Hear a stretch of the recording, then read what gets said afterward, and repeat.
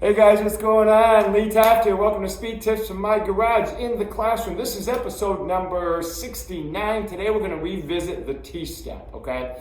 So now the T-step is something that we talked about before, but it's being, every time I get questions on things like this, I try to just revisit it. It just gives me more more material to talk about and share that people want to know. So the T-step is one of these things where the athlete stops from going backwards to go forwards, and they use an external rotation of the hip and that leg and the foot, rather than landing on just the front part of the foot, uses the entire foot, okay? It's more towards the medial aspect of the foot, so when the foot touches, it's more on the medial part, and it'll roll a little bit to the outside, but then it comes right back. It's just that's the loading, okay? Now, why do athletes use that, okay? Typically, it's just a natural reaction, all right? You don't have to intervene as a coach to tell them to use it or tell them not to use it. If you do, you're probably interrupting their natural feel for mass and momentum, okay? So when an athlete uses the entire foot, think about this for a second. They've now gained more friction. They've got more, so let's say it's an athlete that has a size 12 foot. Now they got 12 inches of friction on the ground, versus if they only did it where it's like 3 inches wide, if it was just the vertical heel technique, okay? Now, the slower the athlete goes, and the less steps they take, a lot of times they will use the vertical heel. It's just quicker. It happens quick right there. But when there's a lot of speed going, they're going really fast, oftentimes they'll turn. Now think about it. When I turn and I load like this, I am getting great loading through my hip.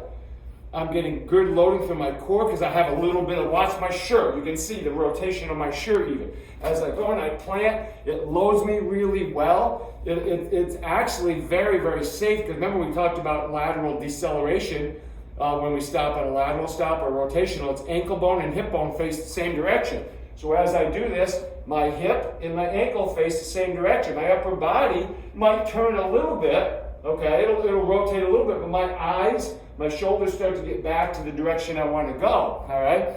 So the T-step is integral in the athletes having the feel of being able to be under control, okay? Now, when they do the T-step, they basically have put themselves into a directional step with the front leg, okay? So if I'm backing away from you and all of a sudden I got to come towards you, I T-step and then I open right up, and now, look, I'm in acceleration mechanics and this leg just pulls through, okay? Now, if I go vertical heel, I'm in the same position, but again, I have less foot stability surface to be able to control that T-step, control that deceleration. As with a T-step, has my entire foot on the ground, so there's more friction time, more friction, gives me more contact with that ground that allows me to load. I get to load my hip greater in that external rotation, which is beautiful, and my core gets involved even more, and then I can explode out of it. And think about this. How many times do you watch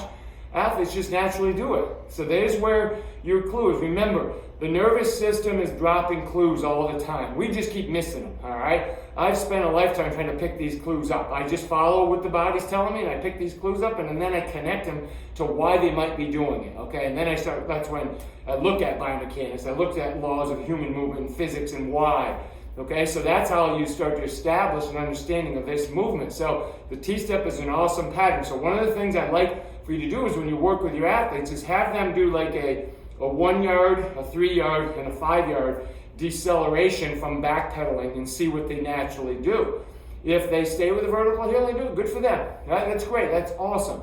But they're going to have more loading, especially on that heel cord, than they would be if they went to the side. They rotated everything and the whole system got involved rather than just that ankle. Because think about it, their hip doesn't get a tremendous amount of involvement when it's right here. It does, but not nearly as much when I load like that. Okay, so hey, put some thought into your T-step action when you see athletes do it. Correct their posture and their positions, but the action is pretty natural. You'll notice a lot of athletes do that. Okay, guys, hey, I can't believe it. Tomorrow is going to be episode number 70. Have an awesome Sunday, and we'll